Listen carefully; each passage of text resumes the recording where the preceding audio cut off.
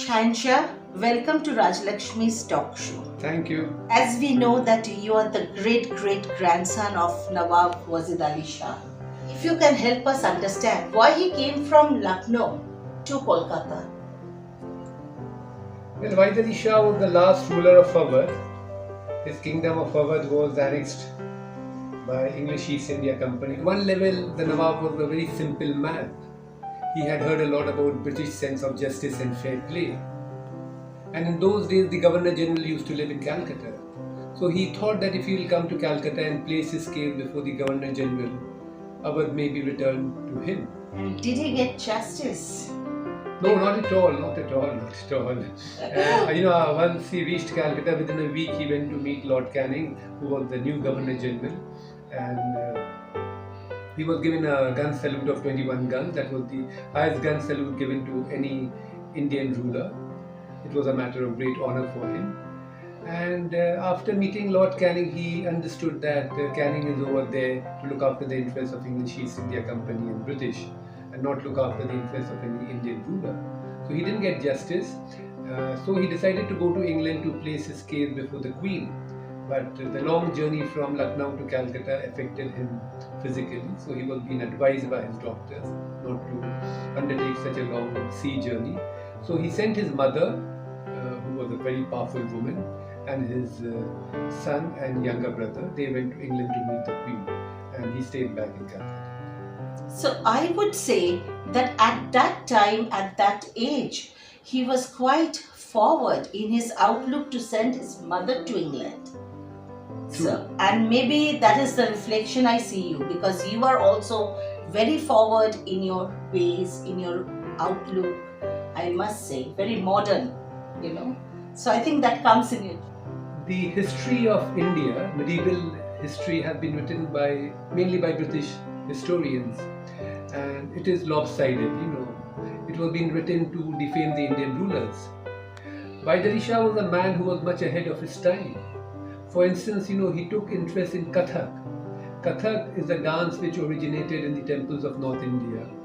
And for a Muslim ruler who was ruling India in medieval India, taking interest in art which originated from temple, I'm sure he must have faced a lot of opposition from Maulvis and Maulana. But he was mentally very strong to overcome all those criticism and do something which his heart wanted to. I'm quite tired of hearing that it is your great-great-grandfather who has introduced potato in biryani, and that is something which all of us loved. So he has really done a great favor, because we can't think of biryani without the potato, and that is the most tasteful, delicious thing in the biryani. And biryani is itself a royal dish. Now I would like to ask you, not about potato and biryani definitely, but about his contribution while he stayed in Calcutta for 31 years. It's very amazing, and at times, I get a bit angry also. I attend a lot of social gatherings, and when people know about my lineage, they say that, thank you very much because your ancestors gave us biryani. But, the contribution of the Awadh rulers and in general, and Wajid Ali Shah in particular, is much more than cuisine. When Wajid Ali Shah came to Calcutta, he came with about 500 people, and then he was imprisoned in Fort William for 26 months. After he was released, he decided to live in Calcutta, and he chose Matia Bruj. And within a span of few months, he developed Matia Bruj into a mini Lucknow. He lived in Calcutta for 31 years, and in this period of 31 years, his contribution has been enormous. For instance, the Urdu that we speak in Bengal is because of Wajid Ali Shah and the people who came from Awadh. The people who came from Awadh, they spoke chaste Urdu, and because of that, people in Calcutta and suburbs started speaking Urdu. It gave rise to publication of Urdu newspapers, magazines. It became an important subject in school and colleges. People started taking interest in poetry, in story writing, in mushaira, ghazal, and there was an atmosphere which paved the rise and development of this language. It is surprising that in a state which is predominantly Bengali speaking, Urdu is widely spoken and understood even now. The other contribution was the dress. When Wajid Ali Shah came to Calcutta, he came with a lot of darzi, and they set up their shops in and around Matiya Bhuj, and they introduced dresses like sherwani, sharara, barara, shalwar kameez, kurta pajama, and because of that, a whole industry was set up in Madhya Pradesh. The third, of course, is the Awadhi cuisine. It is not only biryani, for God's sake, just don't think that it is biryani.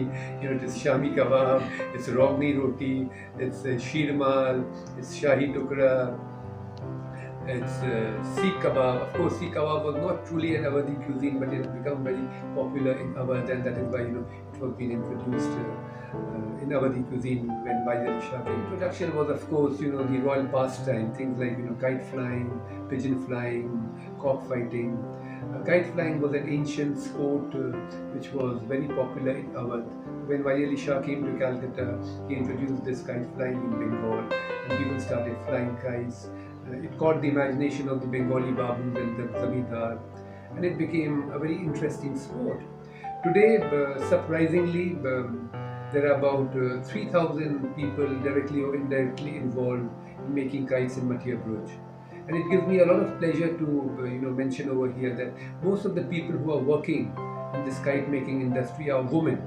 And so these are some of the contributions of Wajid Ali Shah. And even after 135 years of his death, people respect him. They take his name in very high regard. And it gives us a lot of happiness that Bengal has not forgotten one of the unluckiest heroes of Indian history. Now I'm going to ask you a very personal question. How you perceive yourself as the great-great-grandson of Nawab Wajid Ali Shah? Well, it's a mixed feeling whenever history is being taught and people talk about medieval history and they talk about Awadh, my school friends, in the case of my sister, her school friends, they all used to look at us that, how does it feel, studying our own history. So it gives you a good feeling, definitely. But at the same time, when you realize that, history has been unkind to you. Hi Shahenshah, do guide the viewers where we can see those historical remnants that your great-great-grandfather has left for us to see, to learn and to be inspired. In 1859, Wajid Ali Shah decided that he's going to spend the rest of his life in Calcutta, and he chose Matiya Bhuj, River Hooghly, and it reminded him of the River Gomti in Lucknow. So it was some sort of an emotional bonding with Hooghly. And in those days, Matiya Bhuj was a very beautiful expanse of land. It had some beautiful bungalows, it had a lot of open space, there was the lush green botanical garden on the other side. So he spent 31 years of his life in Madhya Pradesh. He built about 20 palaces. He was the first person in the world to conceive of an open-air zoo. He built Septanabad Imambara, he built Shahi Masjid. Unfortunately, when he died in 1887, the English decided to destroy each and everything that was built by Wajid Ali Shah, because they thought that out of sight, out of mind. There's also a place called Bichari Ghat on the banks of River Hooghly, where Wajid Ali Shah first landed when he came to Calcutta. So we got a plaque installed by the Bengal Heritage Commission. It says that Wajid Ali Shah had landed over here when he first came to Calcutta.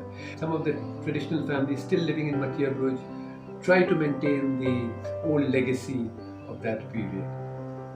And so I must say that the British can't destroy everything. The history always comes back to us, and we are still talking after so many years. India is a great country, of course. It is a unity amongst diversity, and of course we have a rich history, we have our rich past, and we should be justly proud of our lineage and heritage. Thank you, Shahenshah. Thank you, viewers. This is it for today. And please follow, like and subscribe my YouTube channel. I hope you have enjoyed what Shahenshah has told us. Nawab, I should say. Please have a blessed, wonderful day. God bless you all. Thank you.